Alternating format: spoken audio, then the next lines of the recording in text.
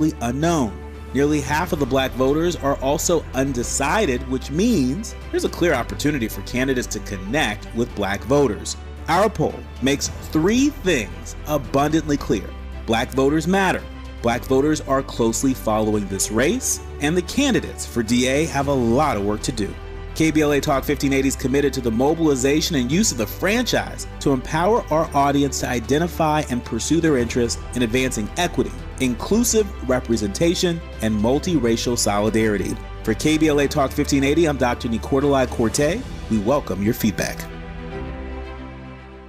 I'm Zoe Williams, the voice of reason. If your relationship is in trouble, I'm the dude to call. Has your soulmate become your cellmate? Does black love still exist? What are your bedroom turnoffs? Fantasies and fetishes. Financial infidelity. I'm dating a fat person. Are they worth the wait? Trust me, this gonna be crazy. How about the heavy stuff? The child wasn't his, and he still had to pay child support. It's a very heated topic. How was that right? Mama's baby, daddy's maybe. I just have so many questions I want to ask you. I just like to kiss you. Is there something wrong with that? Damn. He told me he had a vasectomy. I'm pregnant. Betrayal has been committed. Hit you with the bad pipes routine. How does he maintain his humposity? He likes it when it pinches my neck. Why can't you open up, brother? I'm a karate man. Karate man rules on the inside. They don't show their weaknesses. Yeah. How do you write women so well? Zoe Williams, Reason and accountability. the voice of reason. The covert narcissist. This is a topic I could go on for days about because I've been exposed to many.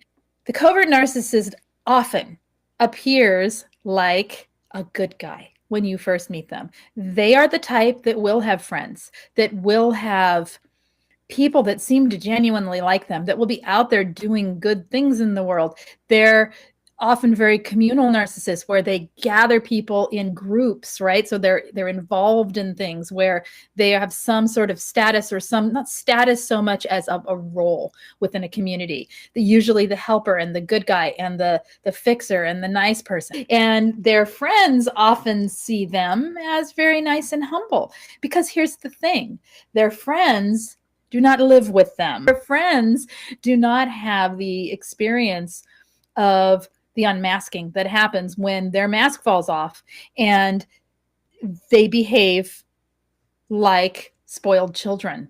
And they behave in ways when they don't get their way, like the world is out to get them. And the twisting of truth and the way a covert narcissist can gaslight like no one else. So let's talk about that.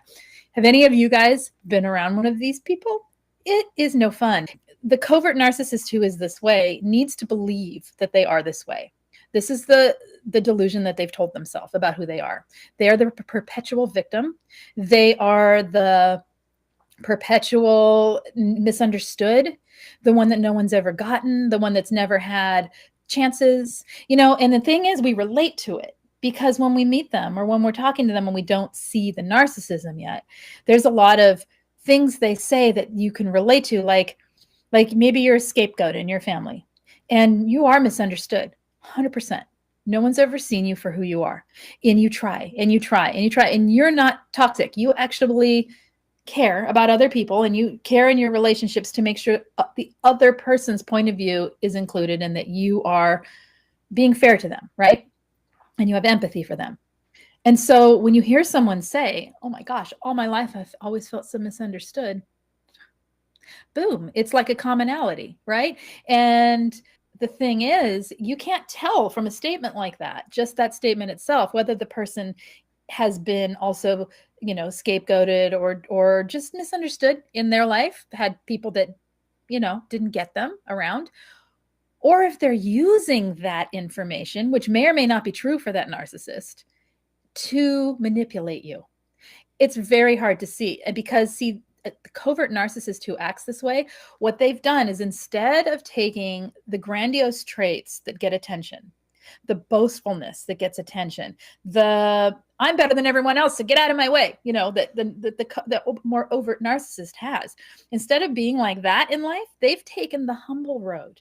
They've taken the quiet path. Oh, if I'm friendly, everyone gives me attention. So it's not, oh, if I'm friendly, the world's a better place. They might say I'm friendly and the world's a better place, but on the inside, when you And the reason we know this is because when they gaslight, you can see they're not listening. Man, she was cooking. Who was that, Andy? Lord have mercy. Lisa Colucci just smacked us upside our dome piece on our way home from Jones Beach. Man, do you see that? The humble, the sweet, the nice narcissist classified as the covert narcissist, as opposed to the grandiose narcissist. This is deep. And these are people that can be, clinically, diagnosed as such, right? But I'm not talking about them tonight. I'm talking about people with narcissistic traits too, right? Because I don't want to just put it on the narcissist. So people could say, well, I haven't been diagnosed as, a clinical narcissist. I don't have NPD. Well, you don't have to exhibit some of these behaviors, right? There are many people that choose blame over claim in order to run away from the spiritual maturing force of accountability, right? What is the impact of fear of failure on accountability? The fear of failure or inadequacy can be a powerful deterrent to someone taking responsibility for their actions. How does the fear of failure impact your willingness to embrace accountability in challenging situations? I've been there before. Reflect on how acknowledging and addressing this fear can pave the way for genuine growth and self-awareness through accountability. Oftentimes, and I've been here before too, you just fail and you try to cover it up and you try to look good and you don't want to be shamed. You don't want to be blamed. So you lie or you obfuscate the truth or you understand what I'm saying? You omit the truth or you tailor make the truth so you can come across looking like it wasn't your fault because many of us don't want to take the brunt of our actions. Accountability is a clear sign that you're dealing with a mature adult. And it is necessary for healthy relationships. It's really that simple. If you can't be accountable for anything you've done, and listen, you're talking to a man who hasn't always been accountable for the choices and decisions I've made. But what I'm not going to let you do is drag me through the mud when I am accountable. 1-800-920-1580. Let's get the creator of the content on the line. Atala from Houston, Texas. Get in here. Hello, what up? How are you? What up? What are your thoughts? Oh, man. What are your thoughts? Are we doing it right? Did I do the topic right? Yes, absolutely. So I don't want to stay on too long, so I'm going to definitely give everybody a chance to chime in. But real quick, something that I see hasn't been mentioned is kind of the importance of accountability because it really is it's a self-love act. And so if you're lacking in self-love, it makes sense why taking accountability would be difficult for you. And that's whether this is someone who is narcissistic or someone who is a perpetual victim in the sense of like codependency. So I think that it's something that we can definitely learn to really understand what that is. Because a lot of times we look at accountability when it comes to our partners only from the frame of mind of how it can benefit us. Well, if they would just take responsibility for this would make it easier on me. Versus understanding the inner workings that it would take for that person to get to that point. And it also would mean that you too would have to equally be accountable on your side. And so it kind of like reminds me of the Bible verse that talks about removing the plank from your eye, something like that. I don't know what I'm talking about. Don't tell your brother to remove the twig from his eye when you got a whole plank in yours. Right. You know, in the South we would say, "Don't come around my porch sweeping unless you swept yours first," type of thing, right? Yeah. So at the end of the day, I mean, like, if you are screaming about someone not taking accountability for something that they've done to you, then my question is, what does self-accountability look like in your frame of reference and in your dealings with that individual? That's heavy. Because if you can tackle that first, then, right, it might produce the desired outcome. But if your goal is really to just get them to be accountable, so again, like I said, it benefits you, then you probably have a lot more of a role to play than what you're willing to accept and acknowledge. Even if it's something as simple as ignoring red flags or allowing yourself to be duped in some area of the interaction. Right. And I've had to come to terms with this recently as well. So anyway, that's all I want to say. We love it, Attila. Guess what you just did? I brought Houston in the building. Houston, Texas is in the building. If you want to get your city on the board, all you got to do is call me. 1-800-920-1580. You know I got to hear from L.A. I got to hear from L.A. L.A., this is our home. I got to hear from y'all when I come forward. The VOR shall continue this most enriching discussion. Reasons. The reasons that we're here, the reasons that we fear, our feelings won't disappear. You're listening to the Voice of Reason with Zoe Williams on KBLA Talk 1580. Climate is king. At KBLA Talk 1580, we believe that caring for the community means caring about the climate. You might have heard that we announced a pretty bold 12-month, $2 million campaign to do 4 things. Increase climate literacy, turn up the volume on communities of color in the climate conversation, connect everyday people with the resources they need to survive and thrive, and highlight frontline climate justice crusaders of color throughout this year. KBLA Talk 1580 will be bringing you insightful interviews on all of our shows to help raise your climate IQ. Each quarter this year, we will also be hosting free climate events in various communities throughout the city with food, fun, and forward-thinking conversations. Thanks to partners like LADWP, Metro, Caltrans, the Sierra Club, the California Community Foundation, the California Endowment, AQMD, MWD, and more. You'll also be hearing more about a couple of national town halls broadcasting live from Los Angeles, to which you will be invited. And we'll be rolling out a robust social media campaign on all our platforms, as well as an outdoor media campaign, all designed to educate, enlighten, and empower you in our fight for climate justice. We want cleaner air. Caring about the community means caring about the climate. At KBLA Talk 1580, we believe that we really can change the world if we care enough. Helping to broaden your political and moral imagination with our 2024 Climate Justice Campaign. We're KBLA Talk 1580.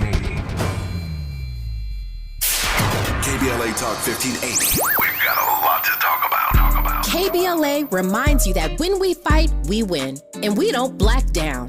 LA Community Action Network, or LA CAN, was formed in 1999 when 25 residents of downtown LA came together and acknowledged the problems that existed in their community and made a commitment to do something about those problems, to stand together, organize, and become a force in the community that demands change. Civil rights and preventing the criminalization of poverty are their core projects. In addition, they take on women's rights, the human right to housing, and healthy food access. LA CAN also has projects focused on economic development, civic participation, voter engagement, and community media. While downtown LA remains their home base, with a particular emphasis on the Skid Row community, in 2007, they expanded their housing and healthy food access work into South Central Los Angeles. LA CAN believes that power for low-income people and people of color is achieved through a large, active, and well-informed member base that utilizes a multitude of methods to advance their messages and goals. If you'd like to join the Los Angeles Community Action Network and organize people to fight back against oppression, please visit cangress.org. That's cangress.org. This is a community call to action from KBLA Talk 1580. You know you want some more. It's the Voice of Reason with Zoe Williams on KBLA Talk 1580.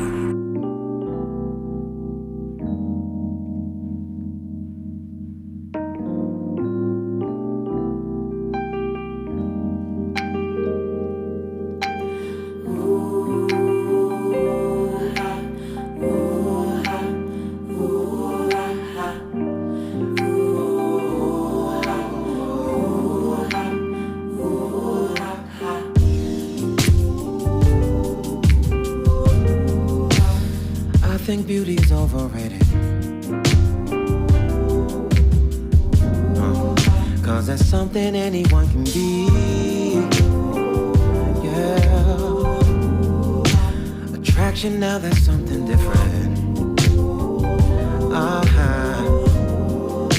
And thankfully you're both to me. 'Cause I've learned in this life, yeah, you gotta be with someone you like. And you think we've got, yeah, what it takes to go the distance. I can tell you now.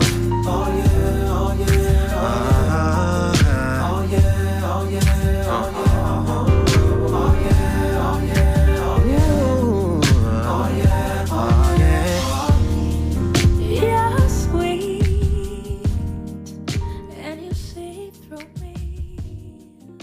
Narcissists hate accountability.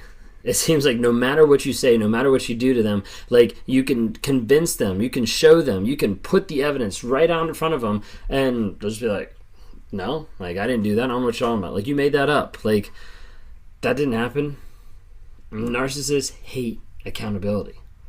You see, accountability for a narcissist is very overwhelming because of the fact that accountability touches at a couple core things. It touches at vulnerability, it touches at honesty, and it touches at truth. And the narcissist is not really about truth, if you haven't figured that out by now. They're more about their reality, their fiction, their fantasy, not actual truth and facts and reality. They want to twist it to be all about them. They want to make it all about their image. They want to make it all about them. So as a result, they will avoid accountability like the plague because it doesn't fit in their fantasy. You see, as a narcissist, if I'm accountable for something, that means I have to actually admit what happened or what I said or what I did. And if I have to admit what happened, then I have to acknowledge that, hey, what I did, what I said, how I acted produced a response in someone else or hit some line of conscience that makes me know, hey, this wasn't what I was supposed to do. My actions here led to another person being hurt, led to another person crying, led to another person X, Y, and Z. And for narcissists who don't want to think about it. Don't let the narcissist's talk make you, disassociate yourself. Like, you know what? I'm not a narcissist. He can't be talking about me. But please understand the difference between someone with NPD and narcissistic tendencies. We all got some of those. Did you see how he broke down the fact that you cannot effectively apologize unless you explain and claim what you're offering the apology for? I did this. I said that. I acted this way. With someone with narcissistic tendencies, you can say, you know what you said about my mother was not cool. Well, I didn't mean it in that context. And I didn't. No. The impact of what you said has already been felt. So first, apologize by saying, number one, I know how you feel about your mother, and I apologize, right, for saying that. It probably came out wrong. More than likely, I said the wrong thing, but I was trying to say this. But either way, I said the wrong thing, and it hurt you. That was not my intention. Okay? I'm not making any excuses. It came out of my mouth, and it shouldn't have because it hurt you. And my intent is not to hurt you. So I hurt you. I apologize for the pain I caused. And that was a poor choice of words. Period. Triggers and accountability. Identifying specific triggers or situations that makes it harder to own up to mistakes is crucial in understanding our partner's lack of accountability or our partner's ability to be accountable. Are there particular circumstances or triggers that hinder your ability to take responsibility for your thoughts, words, and deeds? How can recognizing and addressing these triggers, unhealed wounds, unaddressed past trauma, empower you to navigate accountability more effectively in your relationships? Moments of accountability and personal growth. By reflecting on moments of accountability, consider how they contributed to your response. Listen to what I'm saying now. I want you to hear me out here, because these are very important points. Reflecting on moments of accountability, consider how they have contributed to your personal growth and your self-awareness. How have these experiences shaped your understanding of accountability as a catalyst for learning, for growing, and increased self-awareness? Share your examples of how accountability has been a transformative force in your journey towards personal growth. Can you share that? Do you have examples of how being personally accountable has made you a better person?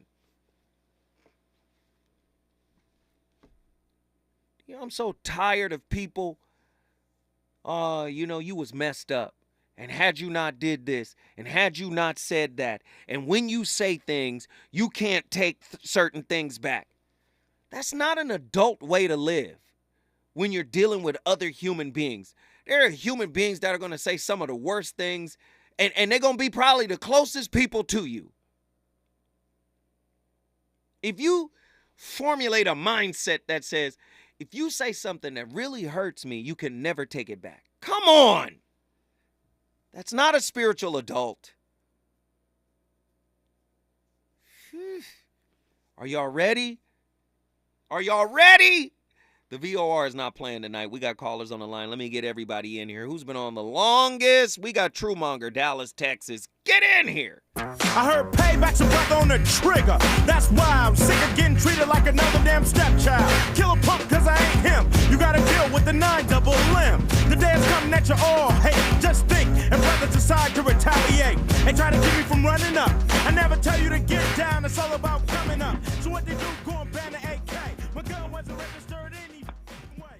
So you better Truemonger. Yes, sir. Yes, sir. Man, talk about it, man. Let's get it. Oh, boy. Yeah, accountability is people's kryptonite. I've dealt with a lot of people who cripple or go in the fetal position when it comes to being accountable. Mm-hmm. As soon as you bring something up, they try to deflect. They try to pass the blame. They never want to look at themselves for their actions or their words. Mm-hmm.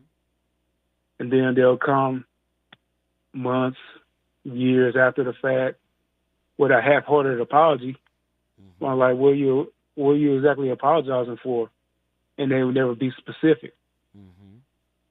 They know what they've done, what they said, but they're hoping you forgot about it so they can just continue doing what they're doing. Mm-hmm. That's if they haven't done any growing over that period of time. And some people still lack maturity spiritually to where they can't be accountable with themselves, let alone anybody else. Mm-hmm. People lie to themselves every day. Right. It's kind of, I want to try to find a better word for pathetic, but that's the first thing that comes to mind when it comes to stuff like that. I'm like, how can you say you want to be in a relationship where it's open and honest and y'all love each other, but you can't be accountable? Mm. That's a learned behavior. Right. Somebody taught them how to be that way. Mm. And told me it was okay. You saying they modeled it from somewhere? Oh, more than likely. Oh, nice. I like that. More than likely. Or somebody just let them get away with whatever they got away with, and there was no real consequences for their actions or words, and they just continue to let them grow up through like that. And when they got down to the real world, they carried that same mess with them, and they probably got checked for it, but they probably so full of themselves at that point, they can't nobody tell them nothing. Mm. It'll take something real real serious for them to start to humble themselves in that regard. But I've been in situations where my partners were never accountable with me, and it built up over time. I was like, this is probably not going to work, because you don't like to listen. You don't like to hold yourself accountable. You get offended when anybody else try to hold you accountable for your stuff. I'm like, that's just, you're being a spiritual toddler to me. And I'm grown. Especially most men, I'm not talking about males, I'm talking about men. We've been accountable from the time we can walk and talk, to be honest, not to lie. There'll be consequences to pay. You get out in the real world, you got to be accountable, because there are consequences to pay. There's a price to pay for not being accountable. And that's kind of instilled in us for most of us at an early age.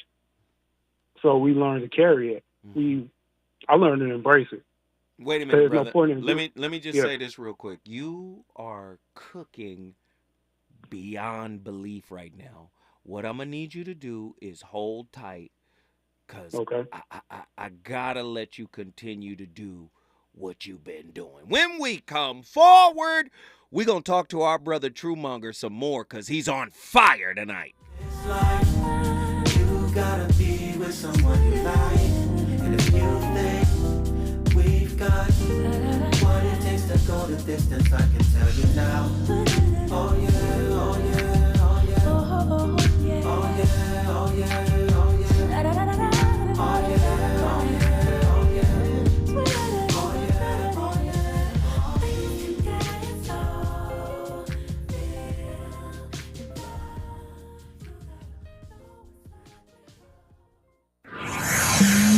He's on fire tonight. It's the Voice of Reason with Zoe Williams, exclusively on KBLA Talk 1580. I'm Amber Payton. Here's the latest on the Black Information Network. A historic apartment building in West Baltimore is reopening. Mayor Brandon Scott, who was Black, was among those on hand to help cut the ribbon on the Carlton, a newly redeveloped apartment building in Reservoir Hill. After sitting vacant for nearly 4 decades, the building was gutted and restored through a renovation project approved by the Baltimore City Commission for Historical and Architectural Preservation. The building will bring a dozen market-rate apartments to the historic neighborhood when it opens this spring. Brittany Griner's number 42 is now in the rafters at her alma mater. Griner returned to Baylor over the weekend to have her number retired, the first time she attended a Bears game since her senior season 11 years ago. Griner, who is Black, was part of Baylor's undefeated national championship team as a junior during the 2011-2012 season, averaging 22 points and 5 blocks per game during her 4 seasons. That's the latest. I'm Amber Payton on your home for 24/7 News, the Black Information Network.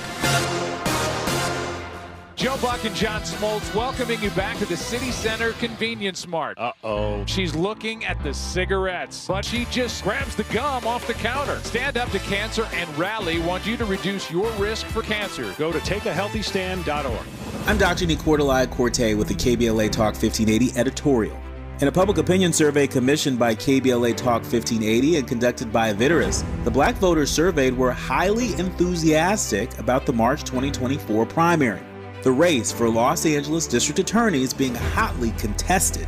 Incumbent DA George Gascon's efforts to implement progressive criminal justice reforms have generated pushback from within his own office, the broader law enforcement community, and some in the general public. He was the subject of at least 2 failed attempts to qualify recalls. The concerns about crime are reflected in the polling results of Black voters. Nearly 1 in 4 have been victims of violent crime or have someone close to them who has been a victim. 1 in 5 Black voters have personally been victims of property crime in the last 2 years. A majority of respondents feel less safe than they did a year or 2 ago, but they reject the notion that criminal justice reform has gone too far. This year, Black voters will be looking for candidates who speak to the complexity of the issues as opposed to a one-size-fits-all approach. Nearly half of Black voters have an unfavorable view of DA Gascon, but his challengers are largely unknown. Nearly half of the Black voters are also undecided, which means there's a clear opportunity for candidates to connect with Black voters. Our poll makes 3 things abundantly clear. Black voters matter. Black voters are closely following this race, and the candidates for DA have a lot of work to do. KBLA Talk 1580 is committed to the mobilization and use of the franchise to empower our audience to identify and pursue their interests in advancing equity, inclusive representation, and multiracial solidarity. For KBLA Talk 1580, I'm Dr. Nicordelai Corte. We welcome your feedback. Substance use disorder and addiction is so isolating. And so, as a Black woman in recovery, hope must be loud. It grows louder when you ask for help and you're vulnerable. It is the thread that lets you know that no matter what happens, you will be okay. When we learn the power of hope, recovery is possible. Find out how at startwithhope.com. Brought to you by the National Council for Mental Wellbeing, Shatterproof, and the Ad Council. Listen up, City of Los Angeles renters that live in rent-controlled units. Landlords can now increase your rent by 4%. Know these 3 facts. The rent increase is allowed February 1st, 2024 through June 30th, 2024. An extra 1% per utility up to 6% can be added if the landlord pays the entire gas and electric bill. And illegal rent increase complaints can be filed at housing.lacity.org. Check if you live in a rent-controlled unit and learn more at housing.lacity.org. Be informed, be protected, be at home. At KBLA Talk 1580, we do Black history every single day. In fact, as the only Black talk radio station west of the Mississippi, we are Black history. Our annual Black History Month luncheon is fast approaching, and we want to be sure to give you ample time to get your company, organization, church, or group to join us at this year's celebration on the last day of the month, Thursday, February 29th at noon. Last year, we honored iconic local Black media personalities, including Pat Harvey, Jim Hill, Mark Brown, Beverly White, Sandy Banks, and Pat Prescott, and raised $20,000 in scholarships. This year, we're honoring Black Hollywood creatives who have used their artistic genius as climate justice champions. At this year's luncheon, we will be showcasing and sharing their inspiring work on our big screen. Plus, a scrumptious meal, live music, great company, and lots of fun with your favorite KBLA Talk 1580 hosts. So contact us today at info@smileyaudio.media.com or call 323-290-4690. That's info@smileyaudio.media.com or call 323-290-4690. We hope to see you Thursday, February 29th as we close out Black History Month. At KBLA Talk 1580, we've got your Black.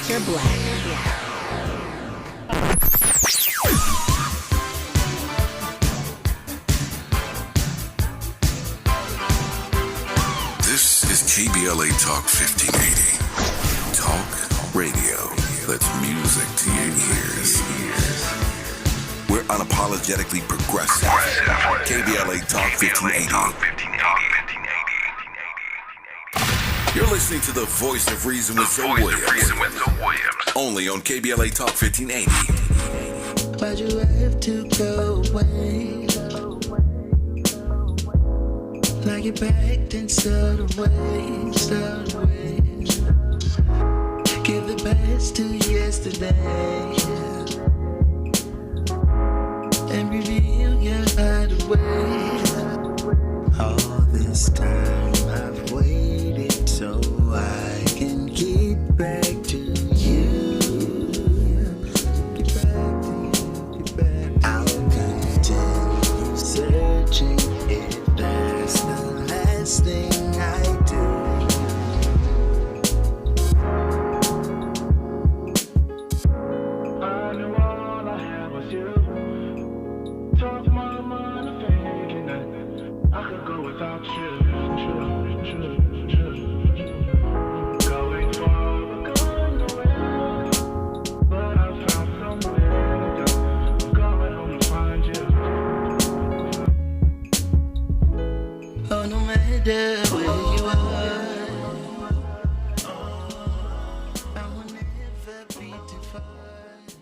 When you directly say to a narcissist, I am not seeing any accountability from you, they are going to resort to Darvo. The minute you say you really hurt me and I need an apology, they will deny, attack, and reverse the victim into the offender. So when a person with empathy cares about somebody and hears them say, I have not heard accountability from you, I need a proper apology, I need an acknowledgement of you hurting me. A person with empathy will be horrified by that and will do anything to rectify the situation. They will, of course, say, I never meant to hurt you. I'm so sorry. What can I do to make it right? A narcissist will deny that it ever happened. They will try to gaslight you. They will get actively angry, go on the attack against you. They will accuse you of making false claims. And then they will start to flip the conversation, reverse the victim into the offender, and suddenly you're the one apologizing. It's possible that when you bring up a concern, maybe you did hear it wrong, maybe you are remembering it wrong. But if a person is just full-blown denying that it ever happened or denying that you should have feelings about it, that is a big concern. If somebody says, I don't remember it happening like that, but I am so sorry that I hurt you, that is taking accountability. If somebody says, why are you bringing this up right now? I have been so stressed out at work, and don't you remember that one time that you did this to me? That is a complete lack of accountability and taking your emotions and flipping them against you in order to hurt you. So you, as a result, become a double victim of the attack. There's the initial thing that you were trying to get an apology for, and then they Darvo you. And there is... Darvo! Have you been Darvoed? Have you been Darvoed? We're doing the TDJs. Have you been Darvoed? Have you been Darvoed? Darvo is an acronym used to describe a pattern of emotional abuse. It is a way that an abuser gaslights their victim and shifts blame from themselves. So it is an extension of blame shifting, right? It may start off very subtle, but can escalate quickly if the abuser feels threatened. Now, again, it's an acronym. The D stands for deny. The A stands for attack. The R stands for reverse. So they're doing gaslight judo on you. They're using gaslight aikido. They're using you coming and saying, hey, I need you to be accountable for this, and they're flipping it on you. They're reversing it. The V stands for victim, right? Let me tell you something. Don't you know the power of the victim is within the concealed villain? Somebody go meme it. The power of the victim is in the concealed villain. Now, what's so heavy about that? My brother, Alan Berger, says we are all victims of victims, right? So that means all of us are a villain to some degree. Do you see? Darvo, deny, attack, reverse, victim, and then offender. Do you see? The offender, that's another term for villain. The offender. No, I'm the villain here. I didn't do anything. Had you not done this, I wouldn't. Do you see? Do you see? I'm trying to break this down to the nth degree. Do you know why? Because many people think being in a relationship is about being happy.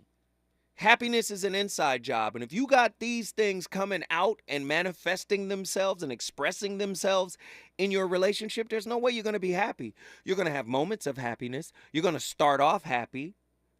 But then as the relationship begins to get closer, the bonds get closer, so do the wounds.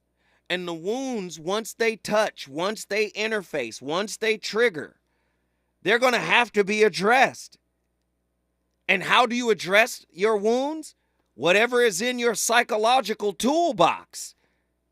And if your psychological toolbox is filled with manipulation tactics, that relationship is not for long. Right?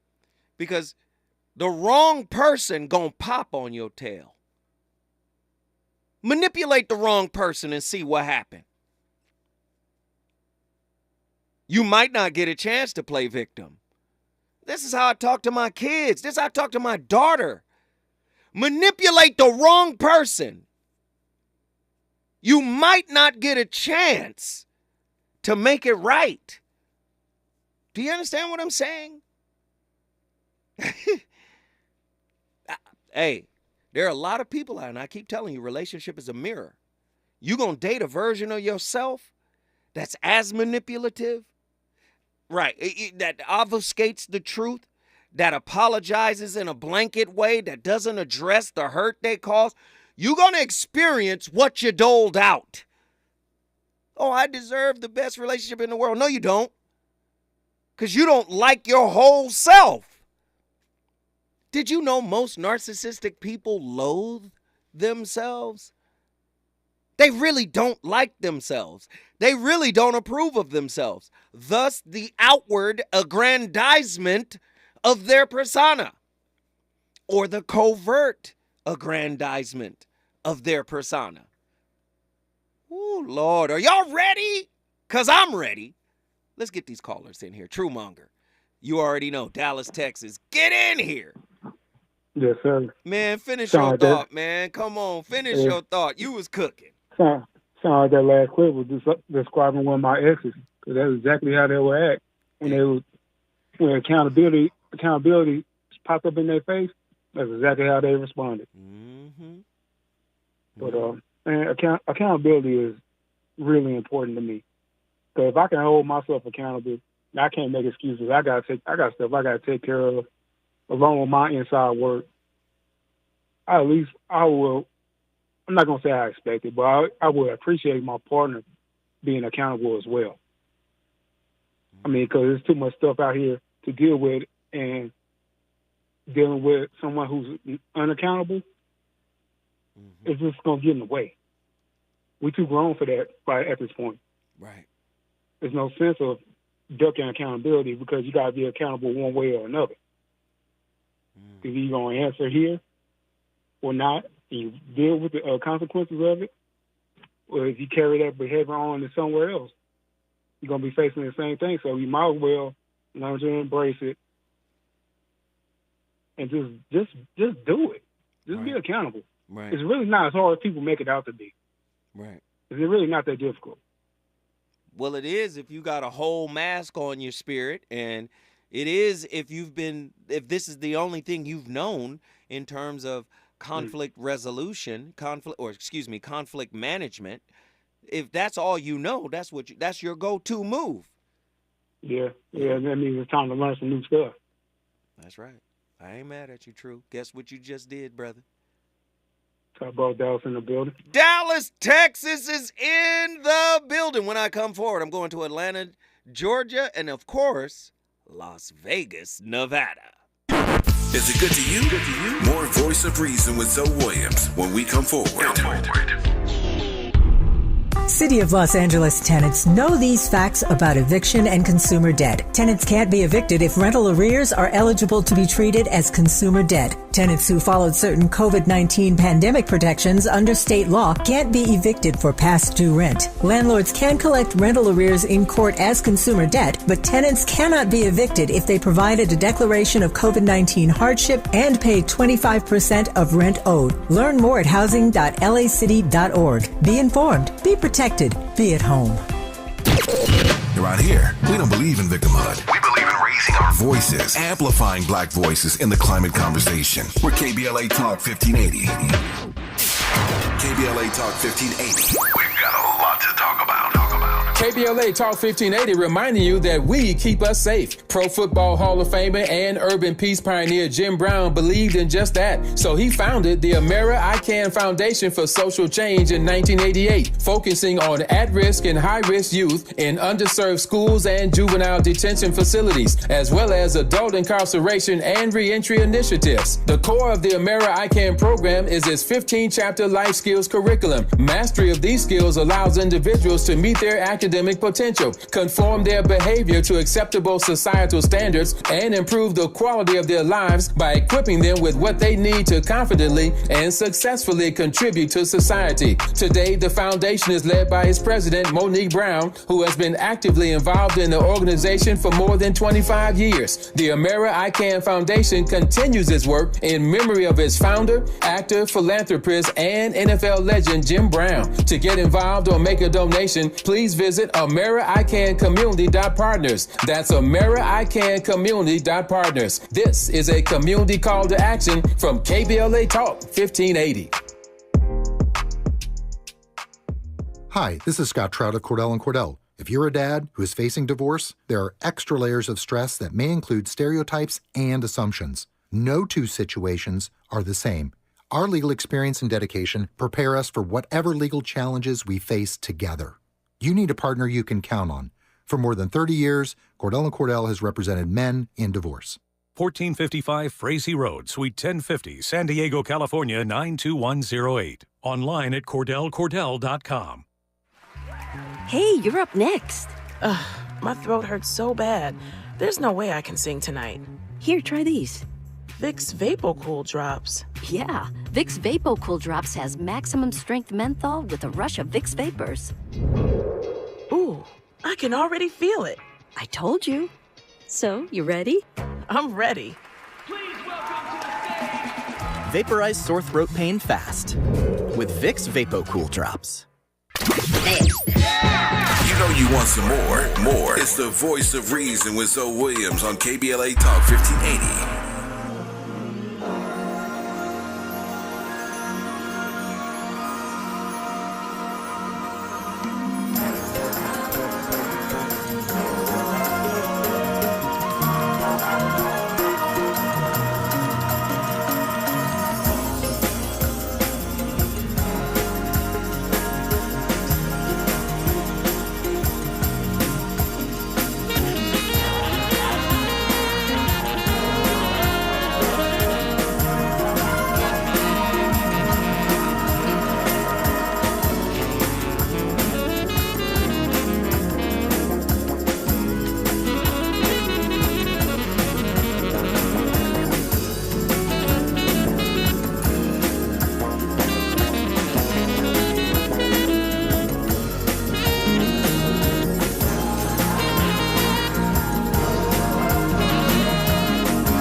Ladies and gentlemen,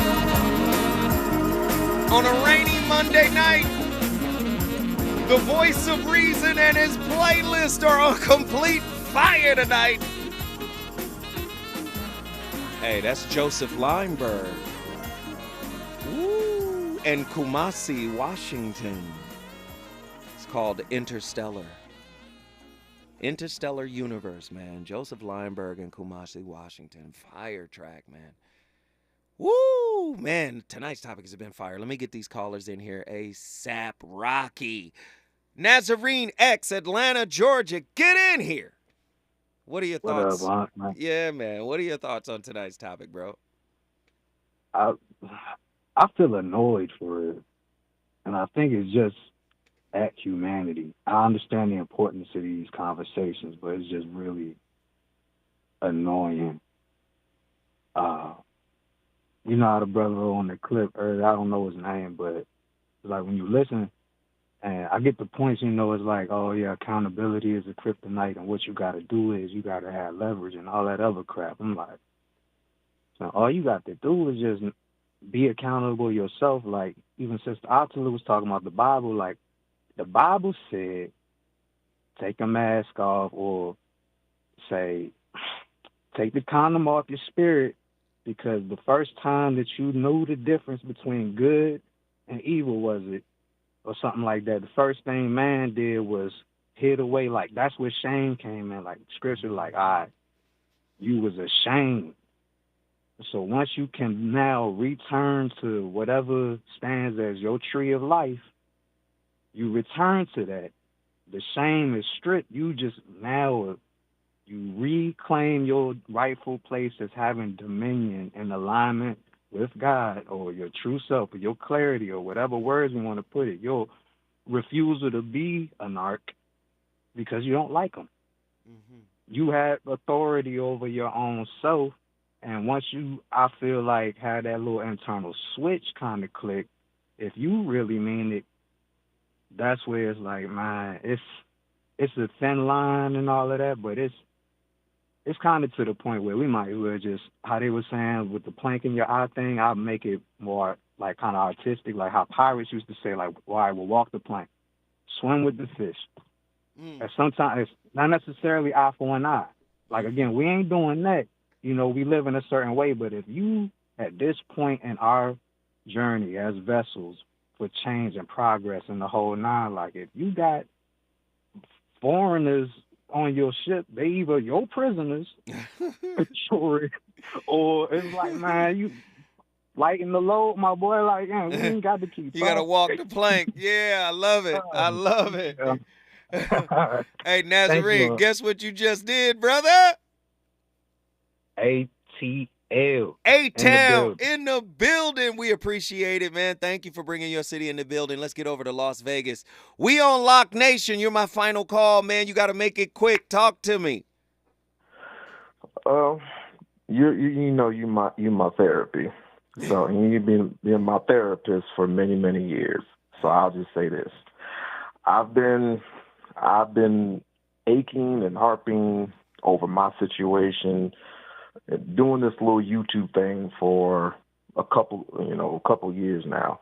And a couple of months ago, I put myself in a position where I almost didn't get out of it, but due to a couple of friends of mine saying, just take accountability for what you've done and don't do it no more. And what I did real quick was I was trying to help a friend in need, which I thought allegedly I was trying to help her out. But it turned a situation from helping somebody to it being into something else. And that clearly wasn't the case. It was just some feelings were involved, and I stepped over a line. But I said to myself, you know what? In the end, if somebody's going to turn on you because of one mistake that you made, then it's obviously I need to just stay clear of people who will stab you in the back just because I tried to help you, not only morally, spiritually, but financially. Yeah. I learned I will never, ever make that mistake again. Wow. Heavy stuff, brother. And let me just say, man, you should call in tomorrow and we should really unpack this, because I'm sensing that there's a topic in here. And I would like for you to reach out to me on my social media at HRH Mr. Zowat on Instagram, at HRH Mr. Zowat. Man, let's cultivate a topic on this, brother. I appreciate you bringing Las Vegas, Nevada into the building. Thank you so much for the call. Let me just say this. We start the conversations, you end them, right? But it's important that we have these kind of conversations. And I think tonight was a very rich conversation. Real quick, Andy, what are the other tracks that we had lined up from my playlist? My playlist was amazing tonight, by the way. It Never Entered My Mind, Miles Davis, A Love Supreme, John Coltrane, Pink Flower, Pink Flower number 37, King Chino, Ah Yeah, Robert Glasper, Find You, featuring I Am Omari, Interstellar Universe, Joseph Lineberg, and what's this next one?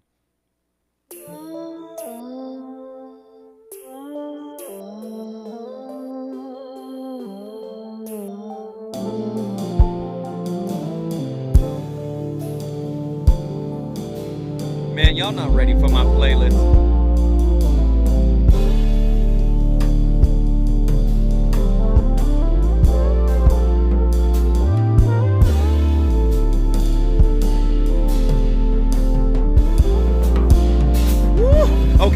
Okay, what's the next one?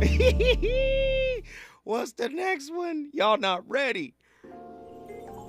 Come on, Joseph. Don't do Joseph Lineberg like this.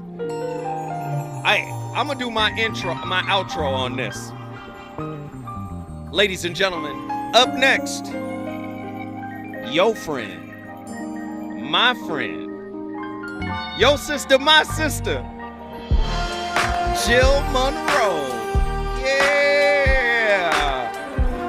What y'all know about the RSVP show with Jill Monroe? She's coming up next to keep the fire lit. And you already know what the VOR does. Monday through Thursday, I keep it cooking. Now this is what I want y'all to do. I want y'all to float along to this. Think about what we shared tonight. I hope you grew up just a little bit. Yeah. The VOR back in the building tomorrow with another slapper.